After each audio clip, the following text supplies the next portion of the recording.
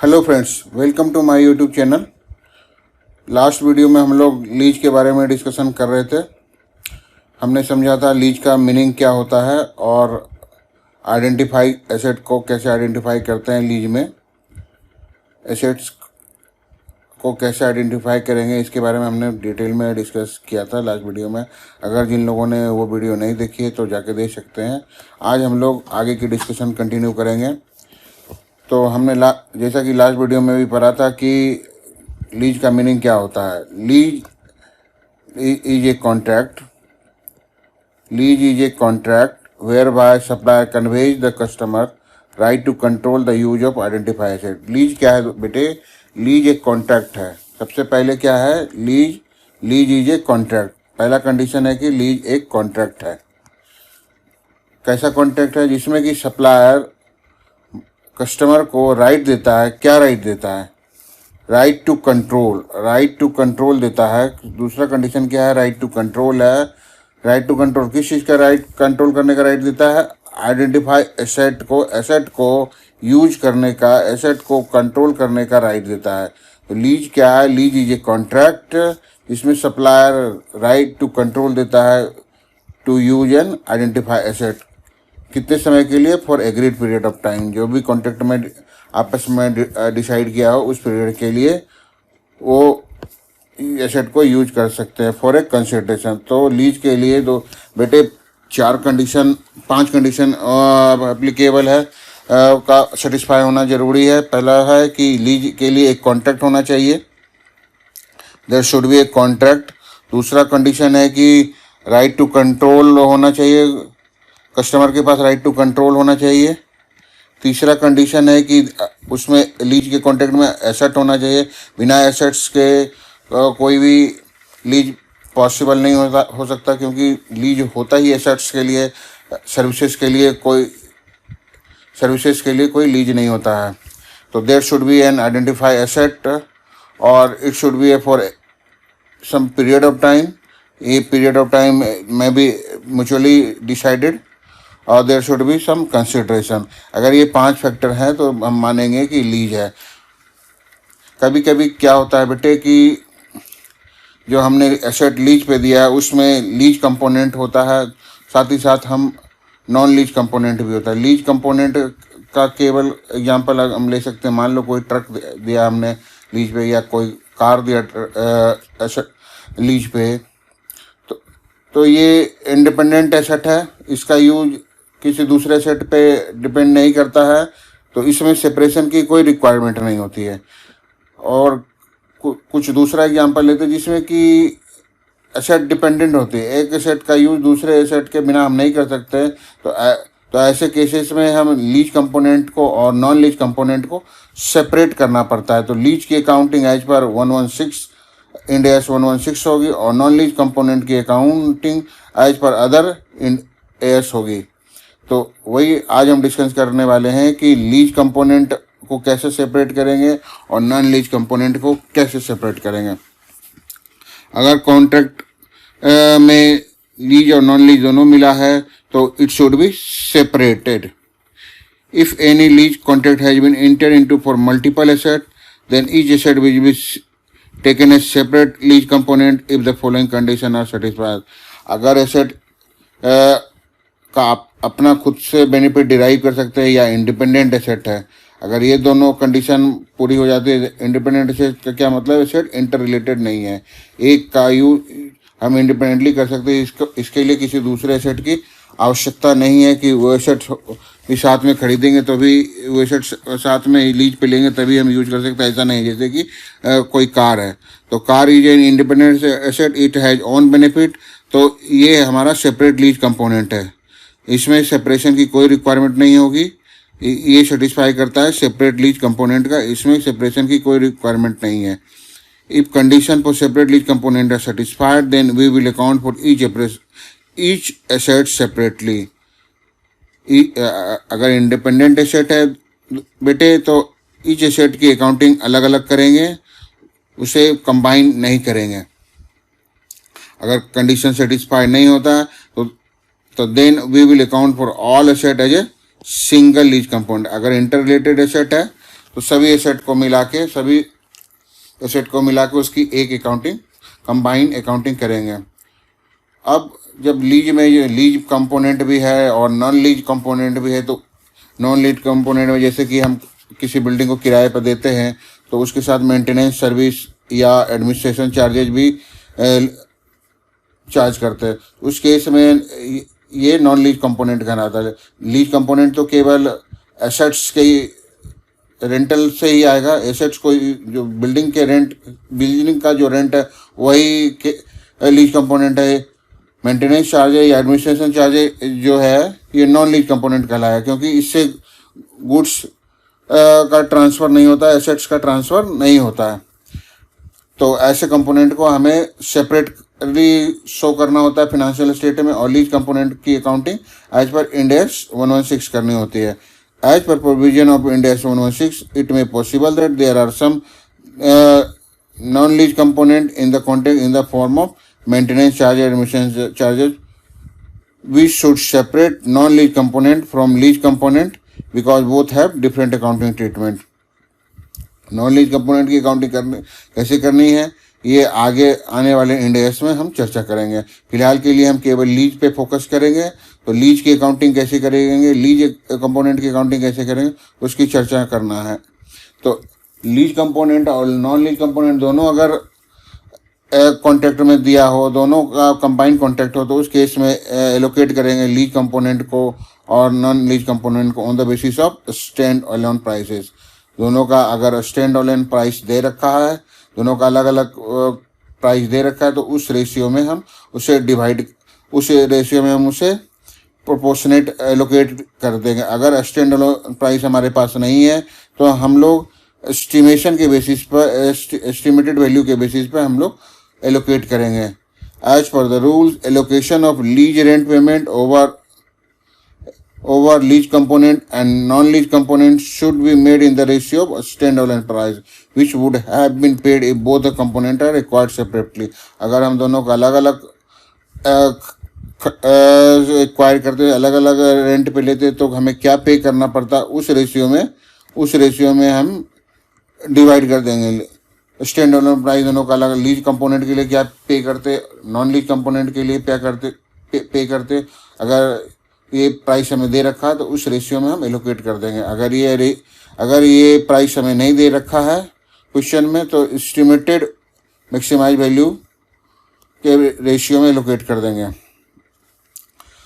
End AS para 15 आगे कहता है, Ind AS para 15 of Ind AS 116 से आगे ये कहता है कि लेसी के पास ये ऑप्शन है, लेसी हैव एन ऑप्शन कि वो लीज कंपोनेंट को और नॉन लीज कंपोनेंट को चाहे तो वो अलग अलग दिखा सकता है, चाहे तो सब कंबाइंड दिखा सकता है। उसके पास ऑप्शन है due to practical difficulty. Practically अगर उसके लिए पॉसिबल नहीं है या उसके लिए बहुत मुश्किल काम है, तो वो लीज कंपोनेंट और नॉन लीज कंपोनेंट को साथ साथ दिखा सकता है, कंबाइन दिखा सकता है। पर लेसर के लिए यह एग्जाम्पशन अवेलेबल नहीं है।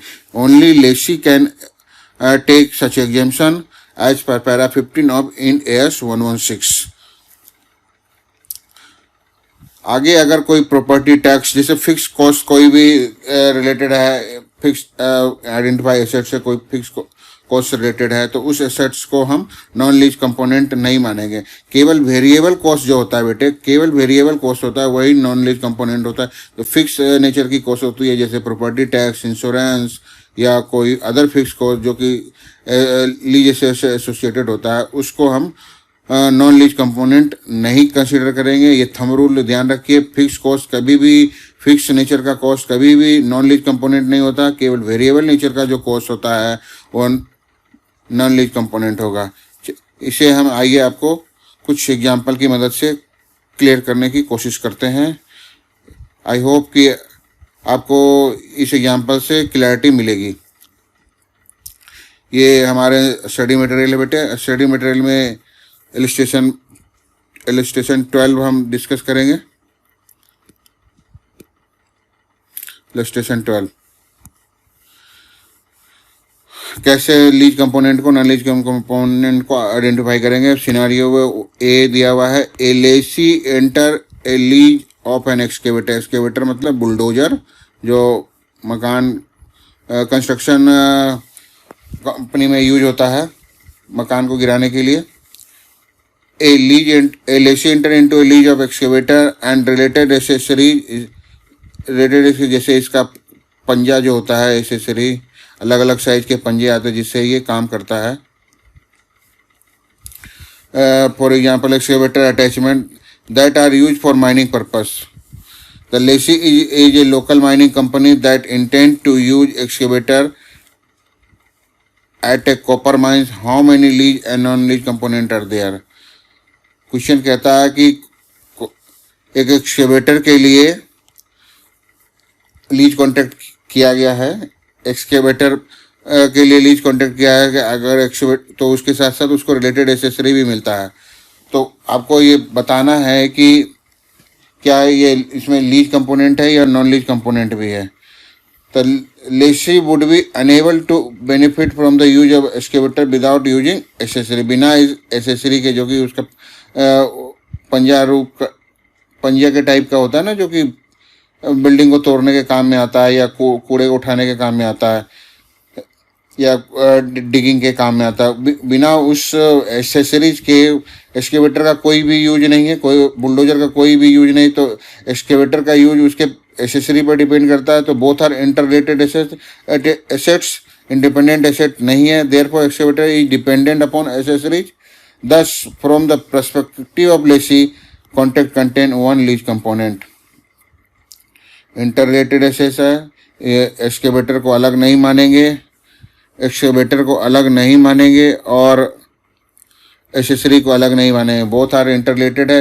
एक्सकेवेटर का यूज बिना उसके एसेसरी के नहीं किया जा सकता, इसीलिए बोथ आर इंटरलेटेड, इसलिए इसको वन लीज कंपोनेंट मानेंगे कि इसमें कोई नॉन लीज का कंपोनेंट नहीं, ऐसा नहीं मानेंगे।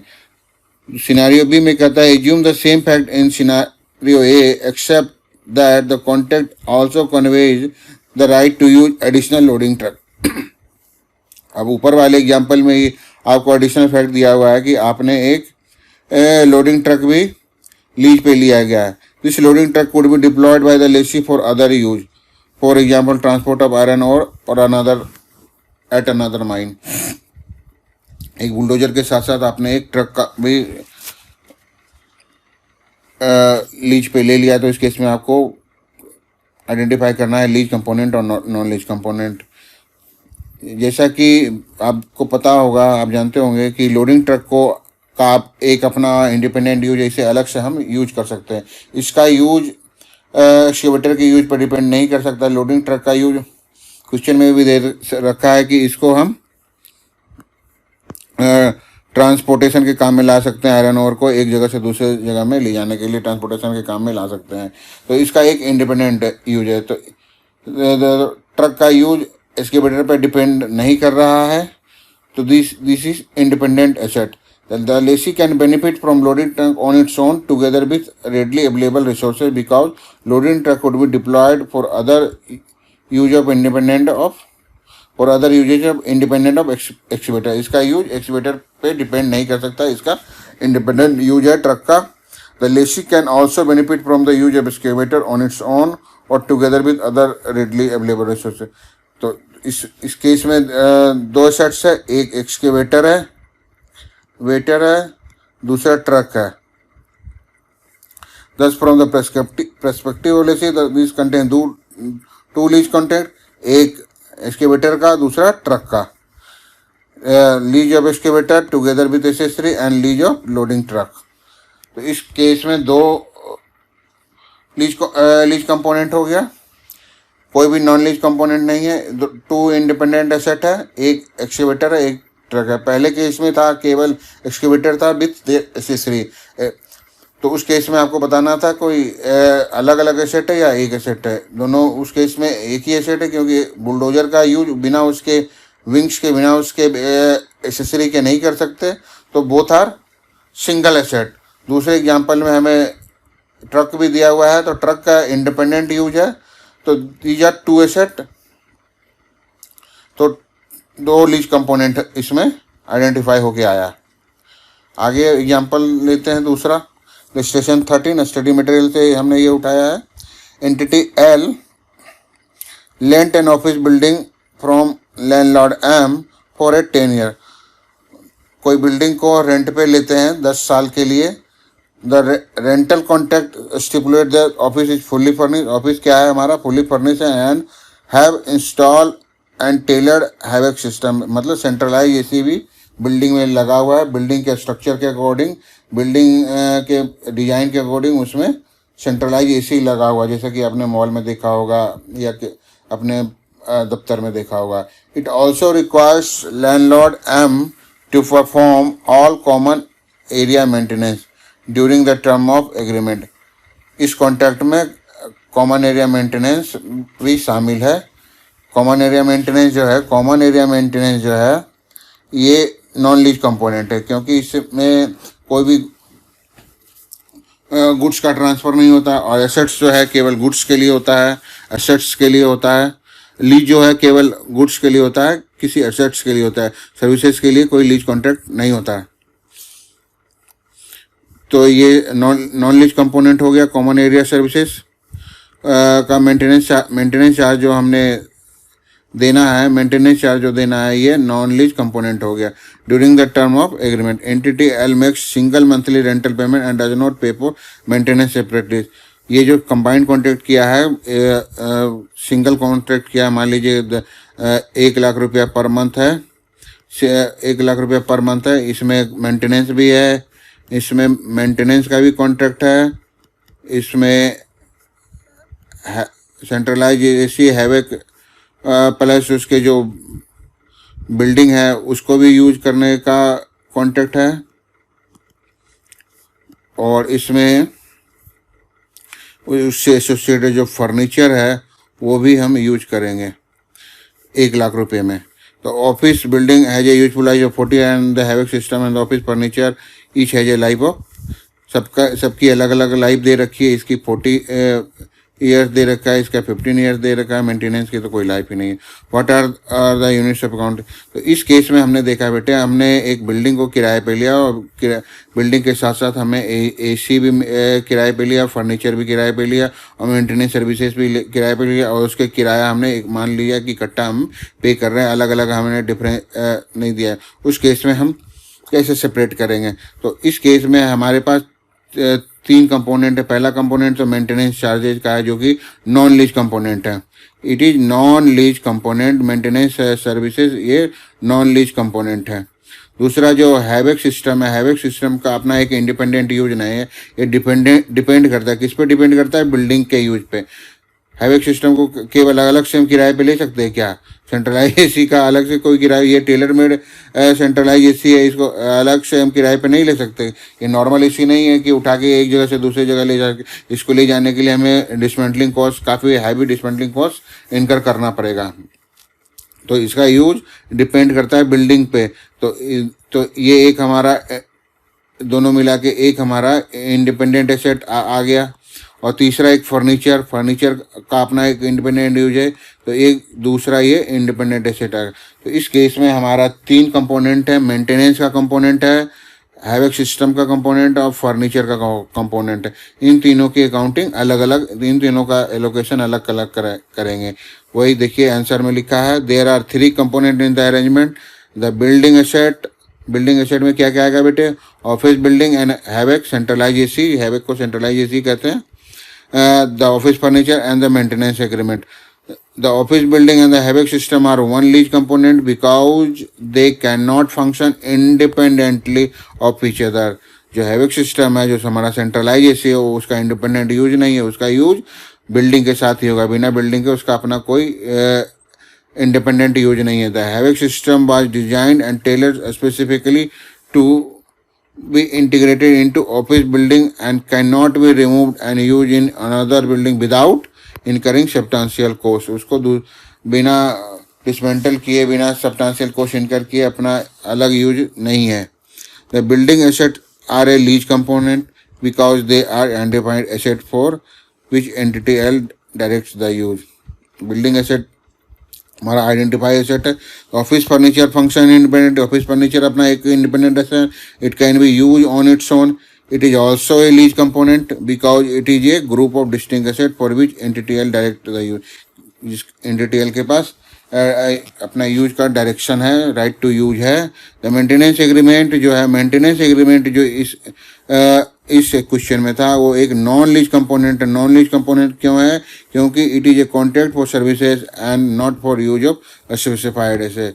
सर्विस कॉन्ट्रैक्ट कभी भी लीज का कॉन्ट्रैक्ट नहीं बनेगा, क्योंकि लीज के कॉन्ट्रैक्ट के लिए हमारे पास एसेट्स का होना जरूरी है और एसेट्स का ही केवल लीज कॉन्ट्रैक्ट हो सकता है, सर्विस का कभी लीज कॉन्ट्रैक्ट नहीं होगा। तो मेंटेनेंस एग्रीमेंट जो है वो हमारा नॉन लीज कंपोनेंट, इसको सेपरेटली अकाउंट फॉर करेंगे। और लीज कंपोनेंट जो हमारा है हैविक सिस्टम और बिल्डिंग ऑफ फर्नीचर की, इसकी काउंटिंग अलग अलग करेंगे। आई होप कि आपको क्लियर हुआ होगा। इस केस में इस एग्जांपल में बिल्कुल क्लियर दे रखा है। हमने कोई बिल्डिंग किराए पे लिया। बेटे पानी पी लेता हूँ। हाँ सर पानी पी लो।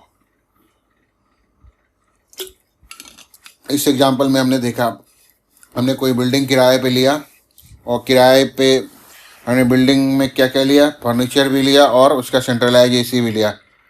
सेंट्रलाइज एसी को हम बिल्डिंग से अलग नहीं ले सकते और इसलिए इन दोनों की अकाउंटिंग एक साथ करनी है। इन दोनों की वैल्यू एक साथ निकालनी है, लीज रेंट एक साथ निकालनी है और फर्नीचर का लीज रेंट एक अलग कंपोनेंट है।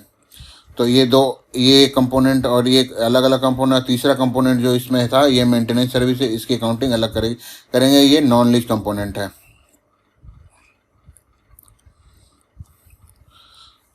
दूसरा एग्जांपल लेते हैं। इलस्ट्रेशन 14 हमारे स्टडी मटेरियल से लिया गया है। इलस्ट्रेशन 14 में कहता है बेटे, पहला सिनारियो दे रखा है, LIC enter into 5 year lease of equipment. 5 year का लीज कॉन्ट्रैक्ट है किसी इक्विपमेंट का with fix annual payment of 10,000, जिसका कि एनुअल रेंटल कितना होगा 10,000। तो contract content fix annual payment, उसका ब्रेकअप दे रखा है। रेंट का 8,000, 15,000 for maintenance and 500 for administrative task. How the consideration would B allocate. आपको बताना है कि इसको हम कैसे एलोकेट करें। पिछले क्वेश्चन में इस केस में हमें अलग अलग वैल्यू नहीं दे रखी थी, इस केस में हमें अलग अलग वैल्यू दे रखी है। तो अलग अलग वैल्यू आपको दिया हुआ है और तो आपको बताना है कि इसका एलोकेशन हम कैसे करेंगे। तो चूँकि टोटल कॉन्ट्रैक्ट का वैल्यू कितना है 10,000 रुपया है और रेंट की वैल्यू कितनी है, 8,000 है और मेंटेनेंस का 1,500 है। 500 जो है एडमिनिस्ट्रेटिव टास्क है, ये लीज के लिए नॉन लीज कंपोनेंट है। The contract content 2 component, lease component, lease of equipment and non lease component maintenance. Amount paid for administrative task does not transfer a goods और सर्विसेज फॉर। जो 500 रुपया जो administrative task के लिए admin फी लिया है, इससे ना तो हम गुड्स या सर्विस को कुछ भी हमें लेसी को प्राप्त नहीं होता है। तो इसकी अकाउंटिंग डिफरेंटली होगी। इसमें 2 ही कंपोनेंट है, एक लीज का कंपोनेंट, दूसरा नॉन लीज का कंपोनेंट। लीज का कंपोनेंट कितना 8,000 रुपया रेंट है, नॉन लीज कंपोनेंट कितना है 1,500 रुपया है। इसको डिवाइड करना है, टोटल हमारा कितना है 10,000 रुपये, इसको एलोकेट करना है। Assuming that the lessee does not elect to use practical expedient as per para 15, मतलब पारा 15 यूज नहीं कर रहा, मतलब कि सेपरेशन करेगा, दोनों को कंबाइन नहीं करेगा। लेसी ने ऑप्शन में एक्सरसाइज नहीं किया जो पैरा 15 ऑफ इंड AS 116 में दिया है। पैरा 15 ऑफ इंड AS ये कहता है कि लेसी चाहे तो लीज कंपोनेंट और नॉन लीज कंपोनेंट को कंबाइनली शो कर सकता है, कंबाइनली दिखा सकता है due to the practical difficulty. पर इस केस में हमने एज्यूम कर लिया, उसने सेपरेटली दिखाया है।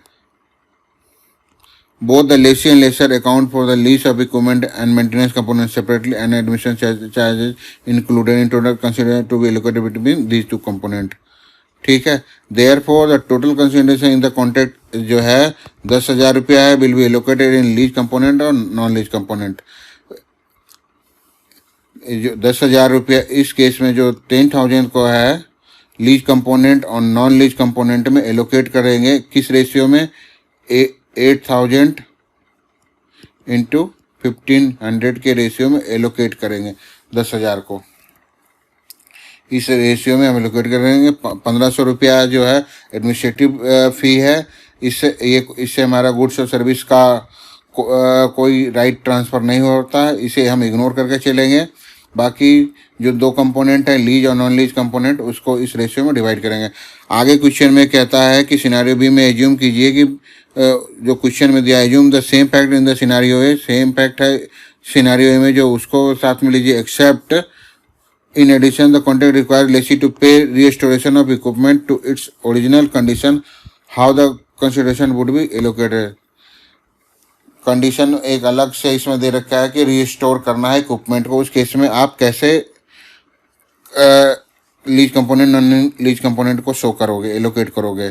तो कॉन्ट्रैक्ट विल कंटेन, उस केस में भी 2 ही कंपोनेंट होगा। लीज कंपोनेंट में क्या आएगा, lease of equipment, and non lease component में क्या आएगा, maintenance charges similar to the amount paid to administrative task. Restoration does not transfer a goods और सर्विस। ये भी रिस्टोरेशन चार्जेज है, ये भी हमारा, इससे हमारा कोई गुड्स या सर्विस ट्रांसफ़र नहीं होता है। It is only perform at the end of lease term. Therefore total consideration जो 10,000 रुपये का है will be allocated in the lease component and non lease component. जो रिस्टोरेशन चार्जेज है उसको हम इग्नोर करेंगे, जैसे कि हमने एडमिनिस्ट्रेशन चार्ज को इग्नोर किया क्योंकि इससे न तो गुड्स या सर्विस का ट्रांसफ़र हुआ। उसी तरह ये रिस्टोरेशन चार्जेज जो है, जो कि लीज कॉन्ट्रैक्ट के अंडर में हमें लीज एसेट को रिस्टोर करना है। रिस्टोर मतलब लीज एसेट हमने लिया था, जो शुरुआत में जैसी उसकी वैल्यू थी, जैसा वो दिखता था वैसा ही हमें स्टोर करके देना है। जो भी मॉडिफिकेशन हमने जो भी चेंजेस किए हैं वो वापस हमें पुराने स्टेट में ला के देना है।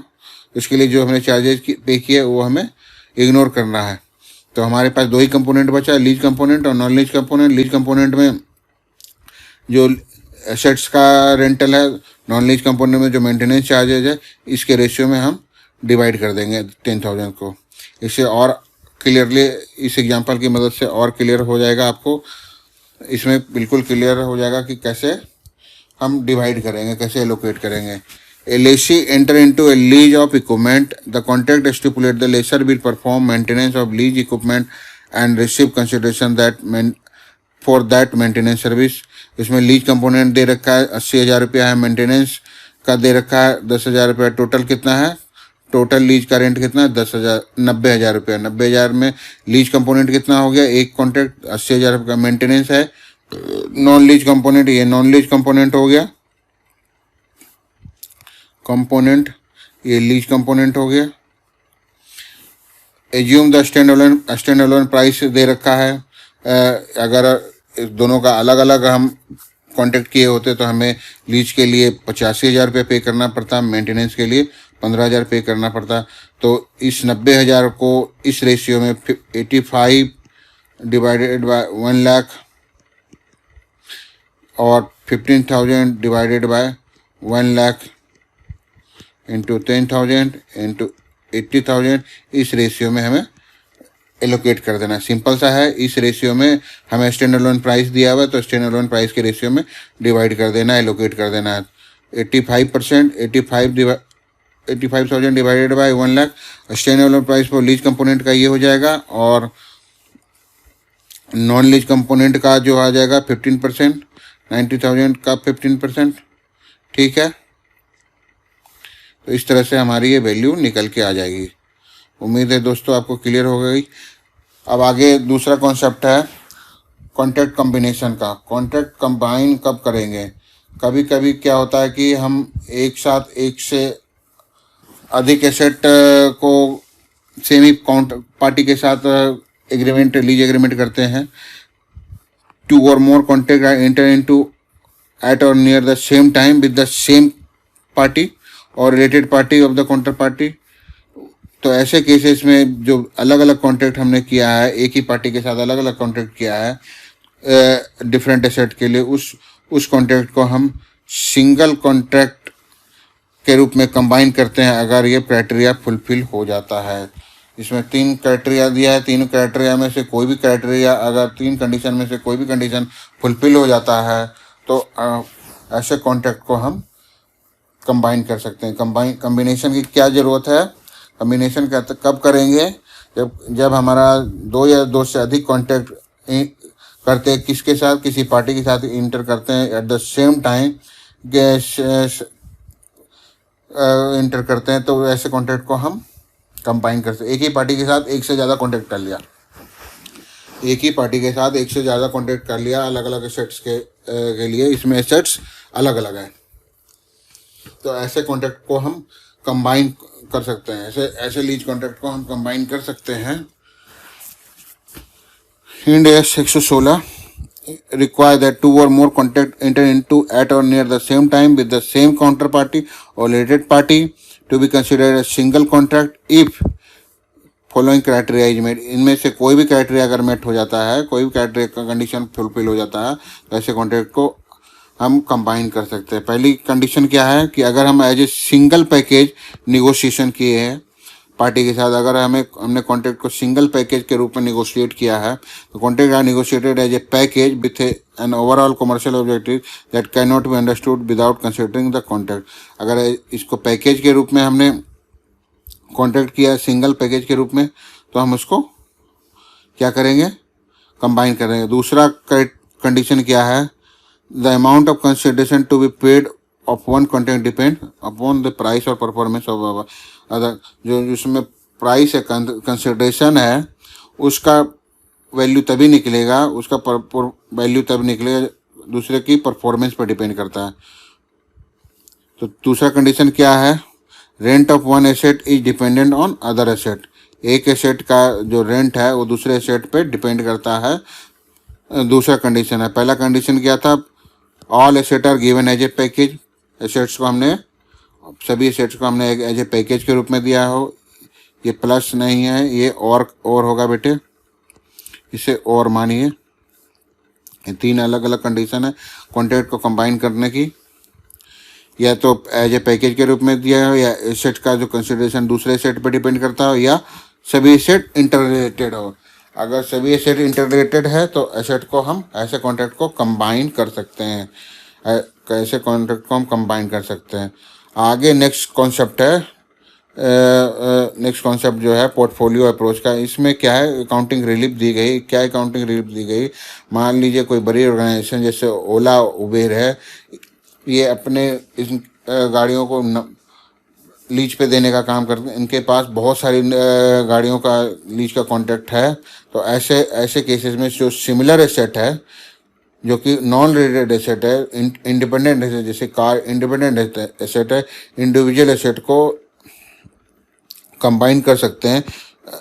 इनको ये छूट दी गई है कि ये कंबाइन कर सकते हैं। We can combine lease asset even if these asset are not interrelated with each other and individual asset ही has its own benefit only if this asset are similar asset. जैसे जो कार है, जो similar asset है, उसको हम combine कर सकते हैं, क्योंकि इनके पास प्रैक्टिकल डिफिकल्टी है। लीज कॉन्ट्रैक्ट क्या कहता है कि अलग अलग अकाउंटिंग कीजिए, एक एसेट दिया है तो उसकी अकाउंटिंग अलग कीजिए, दूसरा एसेट दिया है तो उसकी अकाउंटिंग अलग कीजिए। पर ओला उबेर के केस में सोच के देखो बेटे, ऐसे केस में इनको लाखों लाखों एसेट्स हैं इनके पास, लाखों गाड़ियाँ हैं, ये किराए पर देते हैं, इनकी अलग अलग अकाउंटिंग करना इनके लिए पॉसिबल नहीं है, प्रैक्टिकल डिफिकल्टी है। तो ऐसे केसेस में इंडिया से 116 ने अकाउंटिंग रिलीफ दी है कि ये ऐसे एसेट को कंबाइन कर सकते हैं। पोर्टफोलियो अप्रोच जिसे कहा जाएगा, कंबाइन कर सकते हैं, इंडिविजुअल एसेट को कंबाइन कर सकते हैं और उनकी अकाउंटिंग इकट्ठा कर सकते हैं। तो इन दोनों में देखिए क्या, यहाँ कॉन्ट्रैक्ट को कंबाइन करना है, यहाँ कॉन्ट्रैक्ट को कंबाइन करना है। इन दोनों में ये डिफरेंस है, एक कॉन्ट्रैक्ट कॉम्बिनेशन, एक ही पार्टी के साथ कॉन्ट्रैक्ट है, यहाँ पार्टी जो है डिफरेंट है। इस केस में पार्टी डिफरेंट है, पोर्टफोलियो अप्रोच में पार्टी डिफरेंट है और एसेट सिमिलर है। इस केस में पार्टी एक है और एसेट्स अलग अलग हो सकता है, ठीक है, इंटररेटेड एसेट हो या पैकेज के रूप में दिया हो या एक का प्राइस दूसरे पर डिपेंड कर। इन तीनों में से कोई कंडीशन है तो कोई ऐसे, और एक ही पार्टी है, पार्टी इस केस में एक है, इस केस में पार्टी एक ही काउंटर पार्टी है जिसके साथ हमने कॉन्ट्रैक्ट किया है, अलग अलग कॉन्ट्रैक्ट कर लिया। तो उस केस में कैसे कंबाइन करेंगे, ये पार्टी वाइज हो गया, ये लेसी वाइज हो गया, LESS लेसी वाइज हो गया, और ये जो है एसेट वाइज हो गया। एसेट वाइज हम कैसे कंबाइन करेंगे। नेक्स्ट कंसेप्ट है इंसेप्शन ऑफ लीज, लीज का इंसेप्शन कब मानेंगे और या लीज का कमेंसमेंट कब मानेंगे।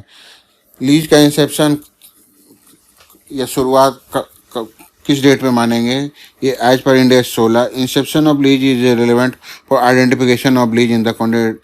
इंसेप्शन ऑफ लीज बहुत ही इंपॉर्टेंट है इंड AS 116 के लिए। ये कब डेट लेंगे, the date of contract between the party या mutual consent to principal.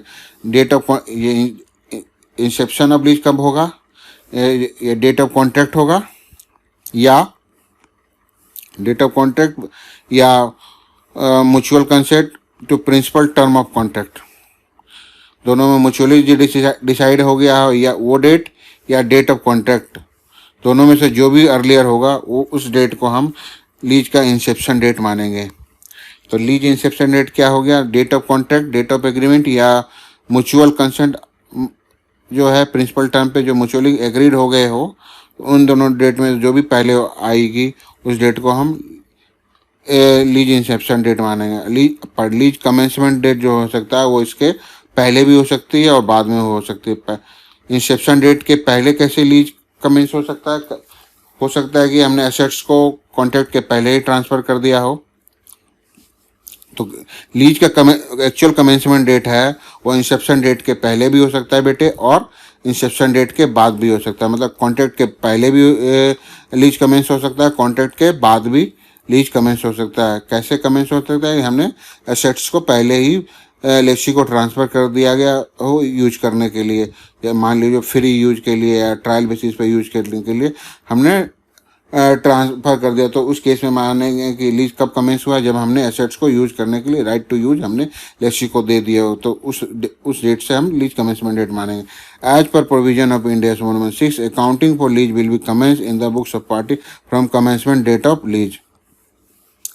Lease की कमेंसमेंट डेट हमारे लिए क्यों इंपॉर्टेंट है, क्योंकि कमेंसमेंट डेट से ही लीज की अकाउंटिंग करेंगे। लीज की अकाउंटिंग जो होगी कमेंसमेंट डेट पे होगी, इसीलिए कमेंसमेंट डेट हमारे लिए बहुत ही इंपॉर्टेंट है। As an chartered accountant, as an accountant हमारे लिए कमेंसमेंट डेट इसलिए इंपॉर्टेंट है क्योंकि कमेंसमेंट डेट से ही लीज की अकाउंटिंग करेंगे। इंसेप्शन डेट कॉन्ट्रैक्ट के टर्म्स कंडीशन को जानने के लिए ज़रूरी है। It is the date, commencement date क्या है, right to control the use of asset is transfer. इस डेट को हमने एसेट को ट्रांसफ़र कर दिया है, इसलिए इसी को राइट टू कंट्रोल के साथ उस डेट, वह डेट हमारे लिए कमेंसमेंट डेट हो गई।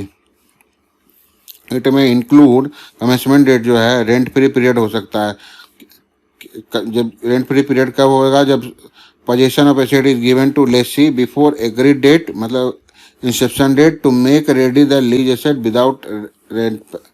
अगर लीज एसेट को बिना रेंट के ही ट्रांसफ़र कर दिया गया है तो उस केस में जिस डेट को ट्रांसफ़र कर दिया, जिस डेट को राइट टू कंट्रोल लेसी को दे दिया, वो डेट हमारा कमेंसमेंट डेट माना जाएगा। इस केस में actual position date is commencement date even if rent is not payable during such period. उस डेट से हम अकाउंटिंग कर देंगे रेंट की, even if it is not payable. It can also be said that the payment does not affect commencement. Payment से commencement date का कोई लेना देना नहीं है। ये थंब रूल बेटर ध्यान में रखिए, एक हमेशा ध्यान रखिए, रेंट से कमेंसमेंट डेट का कोई लेना देना नहीं है।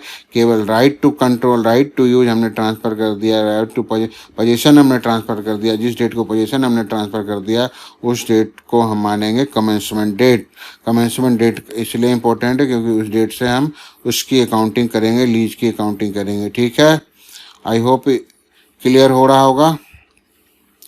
अब अगला कंसेप्ट है लीज टर्म।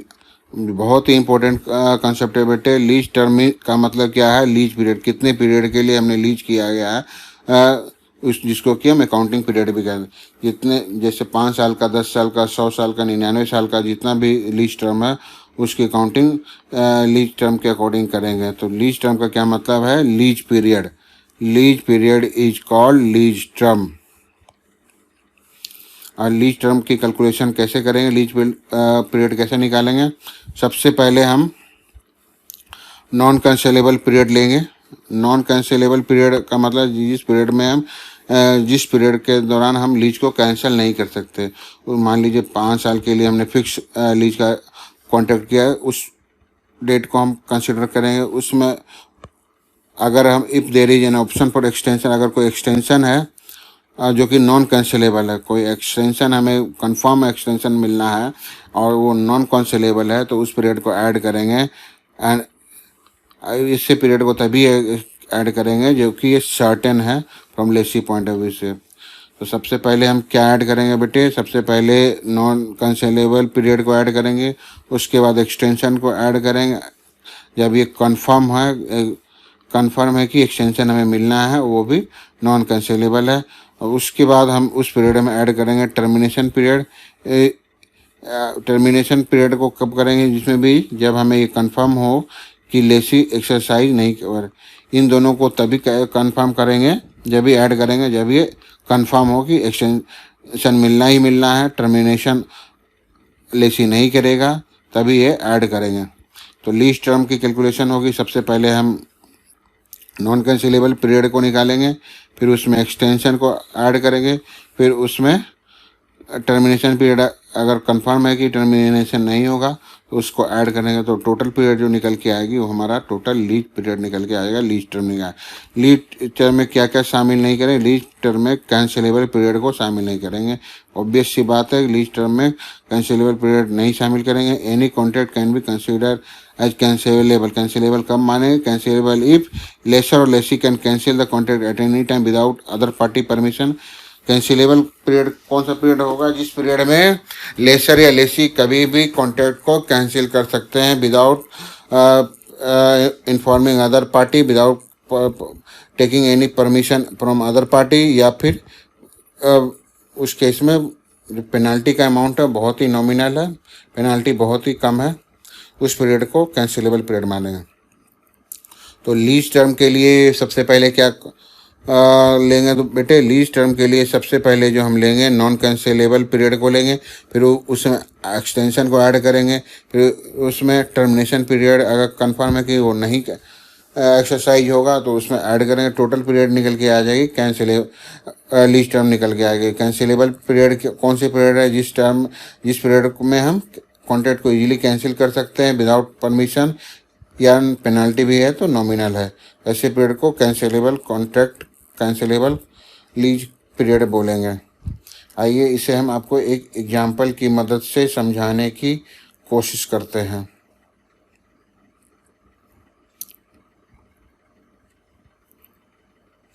ये स्टडी मटेरियल से का इलस्ट्रेशन 16 है। इलस्ट्रेशन 16 लीज टर्म को डिटरमाइन करते हैं। कैसे करते हैं, scenario A, ABC enter into a lease equipment that includes non-cancelable term of 6 year।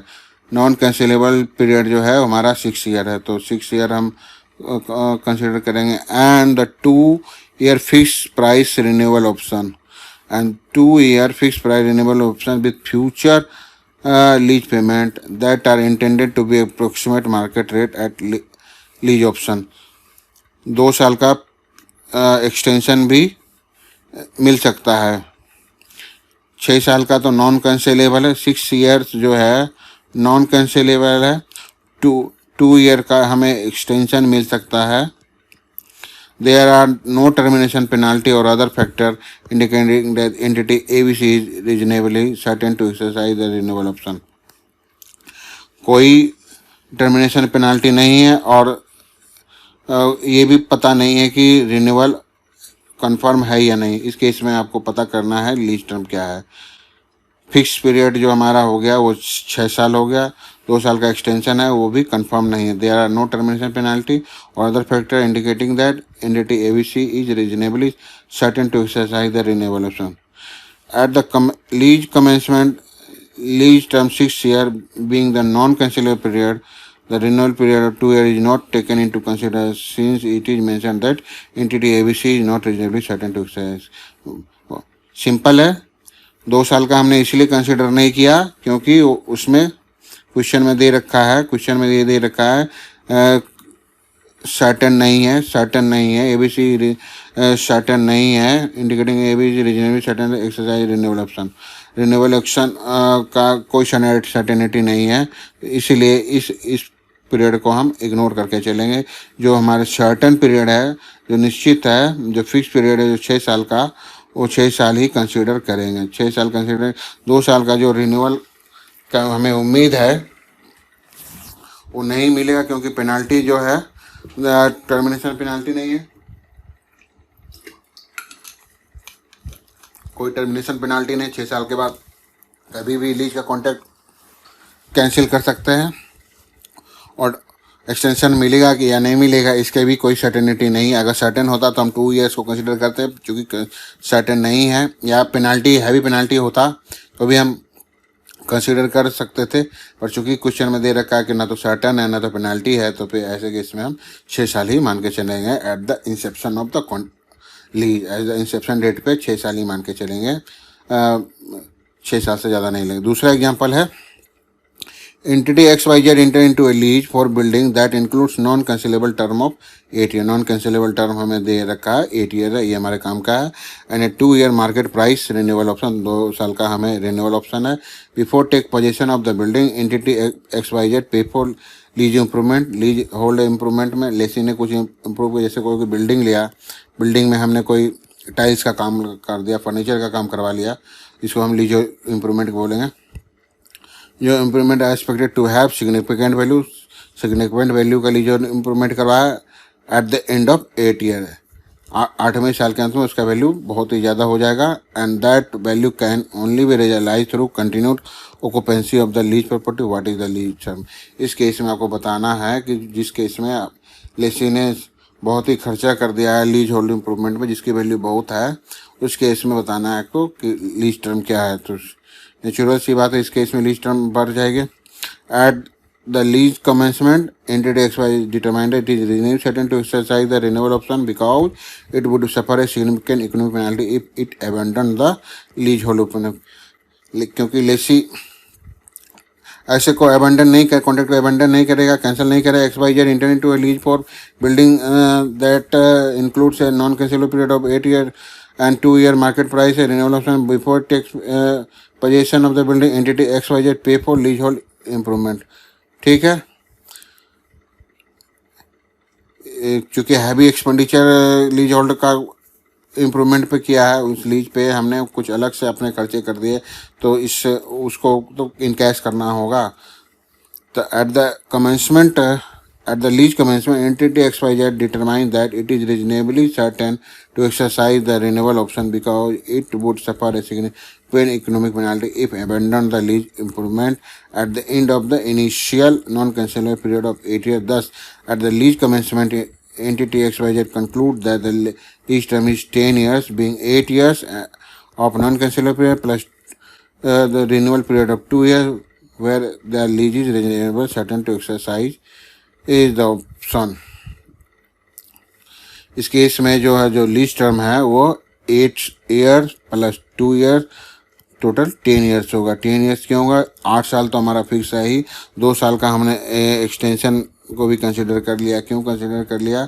क्योंकि अगर हम एक्सटेंशन नहीं करेंगे, एलआईसी एक्सटेंशन नहीं लेगा, तो उसको सिग्निफिकेंट लॉस हो सकता है, सिग्निफिकेंट लॉस हो सकता है। तो उस लॉस को कवर करने के लिए 2 साल का एडिशनल लीज कॉन्ट्रैक्ट हमने करना पड़ेगा।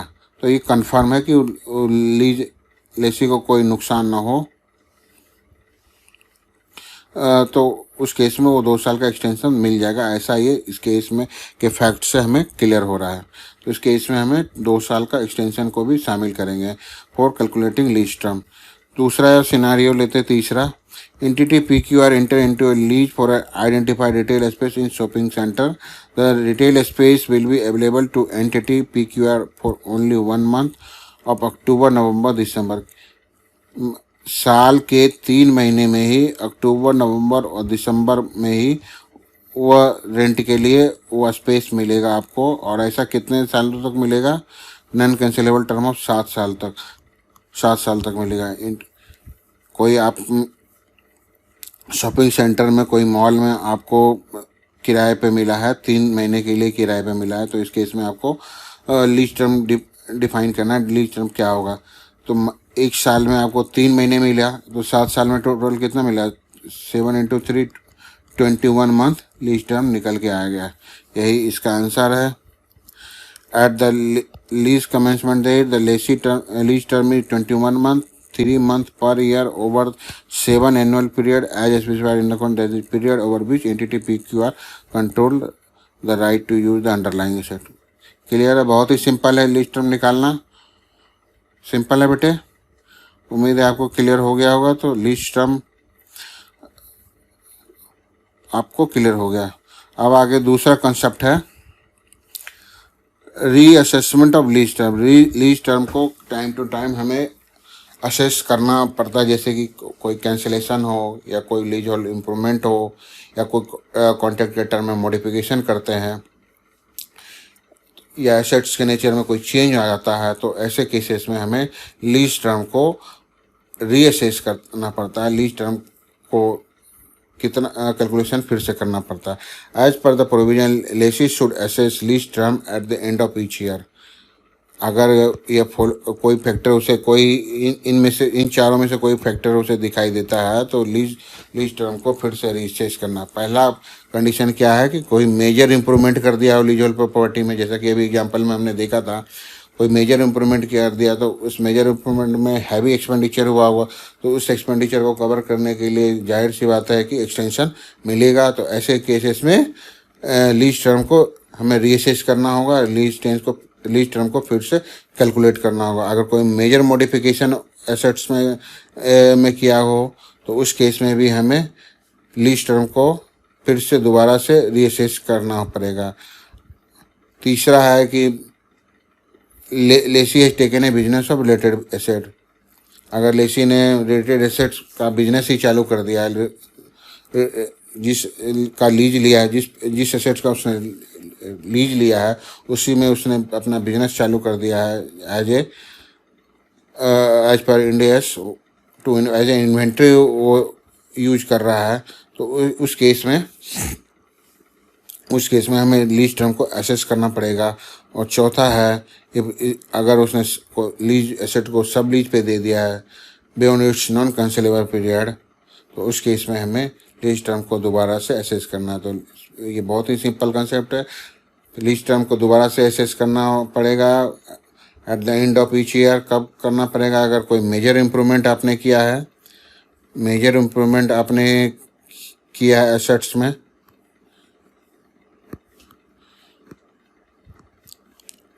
अगर आपने एसेट में कोई मेजर इम्प्रूवमेंट किया है या मेजर मॉडिफिकेशन किया है या उस एसेट्स का में अपने बिजनेस स्टार्ट कर दिया है या फिर आपने सब लीज पे दे दिया है, तो ऐसे केसेस में आपको लीज टर्म को दोबारा से रिसेस करना पड़ेगा। उसकी अकाउंटिंग के लिए दोबारा कैलकुलेट करना पड़ेगा lease term. Lessor will change its lease term according to lease lessee. Lessor जो है लीज टर्म को लेसी के अकॉर्डिंग चेंज कर देगा। उसको हम आइए एग्जाम्पल से समझाने की कोशिश करते हैं। एग्जाम्पल से आपको बेटर क्लियरिटी आएगी बेटे।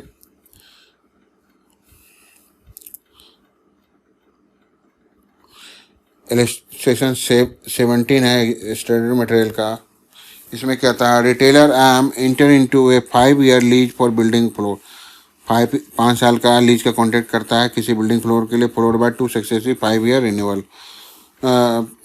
रिन्यूअल ऑप्शन है इसके पास 5 साल का दो बार। On the commencement date retailer M is not reasonably certain to exercise the extension. Extension certain नहीं है तो हम कितना मान के चलेंगे? 5 साल ही मान के चलेंगे। अगर सर्टेन होता तो हम 5 + 5 10 साल और लेते तो टोटल 15 ईयर्स हो जाता, पर सर्टेन नहीं है तो हम 5 साल लेके चलेंगे। At the end of the 3rd year retailer M extend to include another retailer M extend to include another floor from year 4 due to business acquisition। Business उसका फैल गया, उसके लिए उसने दूसरा फ्लोर डाल दिया। For this purpose lessee concludes a separate 7-year lease for additional floor in the building already lease. Is retailer M require to reassess lease term in this case. जाहिर सी बात है कि लीज एसेट में major modification हो गया है तो हमें रीअसेस करना पड़ेगा। मेजर मॉडिफिकेशन क्या हो गया बेटे? हमने क्या कर दिया है कि एक अलग से फ्लोर बना दिया है, इसलिए हमें लीज टर्म को रीअसेस करना पड़ेगा। Ind AS 116 requires lessee to reassess the lease term if there is a change in the business decision of the company which is directly relevant to exercising or not exercising an option to renew or extend the lease. In the given case, retailer M at the end of the third year has extended to include another floor, कोई दूसरा floor, इसमें अलग से एक नया floor बना दिया है of the same building on account of acquiring another company. As retailer M enter into fresh lease of another floor for 7-year term, it is reasonably certain to exercise the renewal option of the original lease for further 5 years. Hence, retailer M will have to reassess the lease at the end of third year.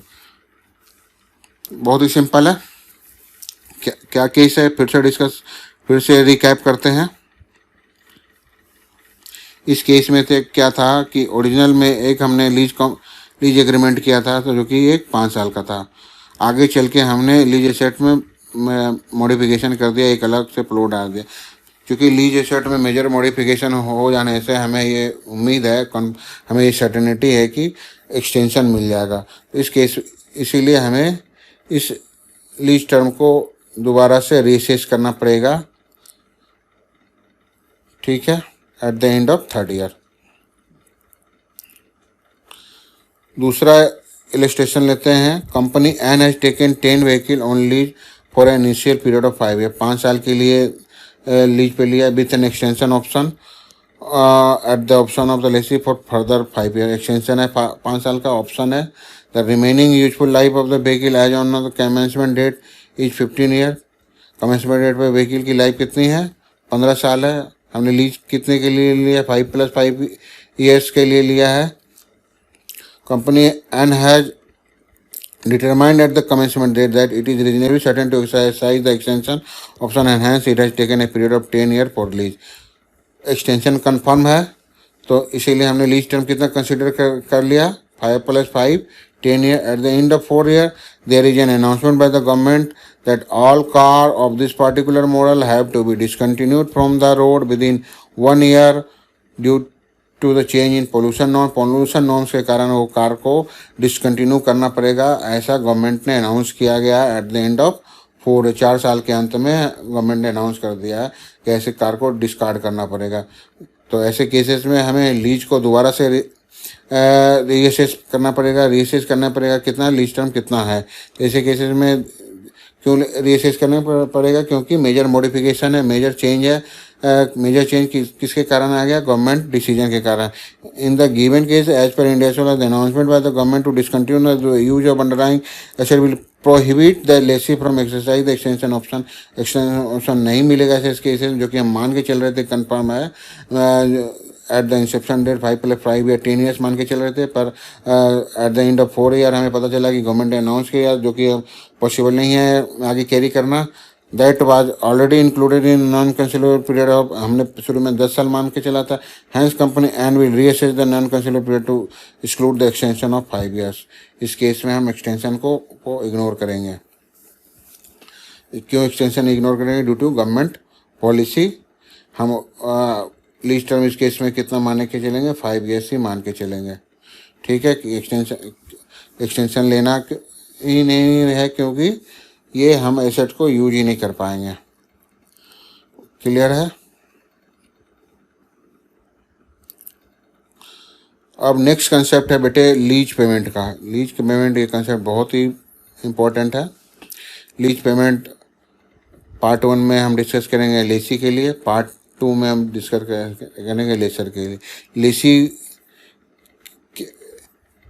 If it is calculated for lessee to record asset and liability. Lessee जो है assets को record करेगा, right of use, और उसके लिए liability जो है क्या होगी? लेसर को जो भी लीज पेमेंट देगा उसके लिए वो लायबिलिटी होगा। तो लेसी के बुक्स में एसेट्स और लायबिलिटी दोनों दिखेगी। एसेट्स क्या होगा? राइट ऑफ यूज, और लायबिलिटी क्या होगा? Lease rental. और लेसर के बुक में it is calculated for lessor to record investment, उसके लिए इन्वेस्टमेंट होगा। लीज एसेट्स का इन्वेस्टमेंट किया है फॉर लीज रेंटल। अब हम लेसी के बुक्स में डिस्कस करते हैं क्या ट्रीटमेंट होगा, लीज पेमेंट का क्या ट्रीटमेंट लेसी के बुक्स में होगा। लेसी जो है लीज पेमेंट करेगा। As per the provision, lease payment is the amount which is paid और expected to be paid by the lessee to lessor during the lease period for use of underlying asset. Very simple है, जो भी Lesi laser को payment करेगा वो वही lease payment है during the lease period. इसमें क्या क्या शामिल करके चलेंगे, इसमें कोई फिक्स रेंटल दिया है तो वो शामिल करेंगे, अगर कोई वेरिएबल रेंटल है तो वो शामिल करेंगे, कोई परचेज ऑप्शन है तो वो शामिल करेंगे, टर्मिनेशन पेनाल्टी का है तो उसे लेस करेंगे, रेजिडुअल लीज गारंटी हमने दे रखा है तो उसे भी ये शामिल करें। तो इन 4 फैक्टर को हम इसमें शामिल करेंगे। फिर से रिपीट करते हैं, लीज पेमेंट में क्या क्या शामिल करें। लीज पेमेंट में हम शामिल करेंगे फिक्स रेंटल, वेरिएबल रेंटल, अगर परचेज करने का ऑप्शन है तो उसके लिए हमने कोई प्राइस पे किया हो तो वो प्राइस, या पेनाल्टी हमने कुछ देना है तो उसे लेस करेंगे, और रेजिडुअल लीज गारंटी ऐड करेंगे। तो लेसी के लिए 4 चीज़ें इंपॉर्टेंट है, फिक्स रेंटल को ऐड करना है, वेरिएबल रेंटल को ऐड करना है, परचेज प्राइस ऑप्शन है, परचेज ऑप्शन तो उसे ऐड करना है, पेनाल्टी उसने दिया है तो उसे ऐड करना है, और रेजिडुअल लीज गारंटी दिया है तो उसे ऐड करना है। तो फिक्स प्लस सबटेंस फिक्स, क्योंकि फिक्स तो है, आज देखने में फिक्स लगता है, सब्सटेंस उसका फिक्स है पर वो फिक्स नहीं है। इन दोनों केसेस की ये सब चर्चा हम नेक्स्ट वीडियो में करने वाले हैं। फ़िलहाल के लिए इतना ही। तो नेक्स्ट वीडियो हमारा बहुत ही इंपॉर्टेंट होगा, उस वीडियो में हम डिस्कस करेंगे लीज पेमेंट के बारे में। तब तक के लिए धन्यवाद। Thank you, thanks a lot for listening. Have a nice day.